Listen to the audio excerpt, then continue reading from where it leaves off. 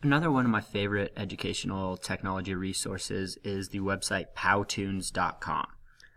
Again, as a language arts teacher, I love to find new and different ways for my students to get creative, especially if we're reading a book, if we're working on a story. There's a lot more ways than just writing something on the computer. And Powtoons is a good way for students to show understanding of a lot of different concepts. So in my case, one of the big things I use Powtoons for is a book report for my students, which I'll go over here in a minute. But as for the ISTE standards, this website does cover a lot, but the two main ones are 1A, which is to promote, support, and model creative and innovative thinking and inventiveness, and also 2B, which is develop technology-enriched learning environments that enable all students to pursue their individual curiosities. So, again, when I use it for a book report, this is a really good way for students to be creative and not just have to be confined to a written book report.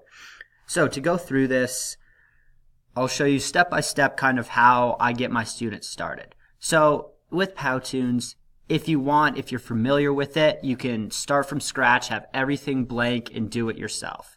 This is kind of tough if you use it for the first time. So when I have my students use it, I have them use a popular template. So if you go here, click customize a popular template, it'll come up. It has all sorts of different kinds of templates.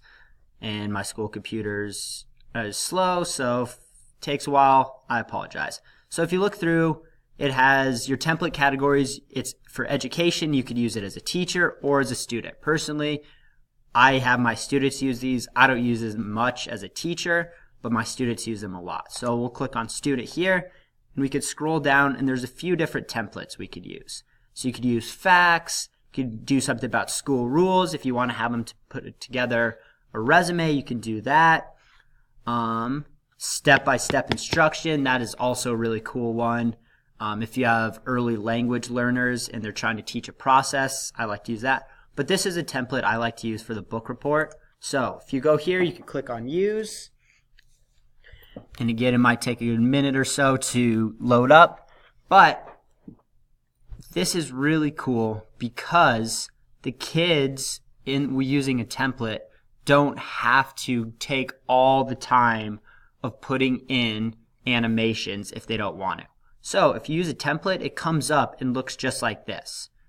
If you scroll on the left side, it has all the different slides that they're going to customize. So in this case, there's 8 of them. So with the templates, it comes out and looks like this. We already have, hello, my name, and then in parentheses, the kids just get to insert their name. They don't have to think of how they're going to introduce it or anything like that. It's already there for them. I'm doing a book report on blank book title. So it's simple. We have the animations there already. We have everything they need except the student's information. And that's how it'll be throughout the whole thing.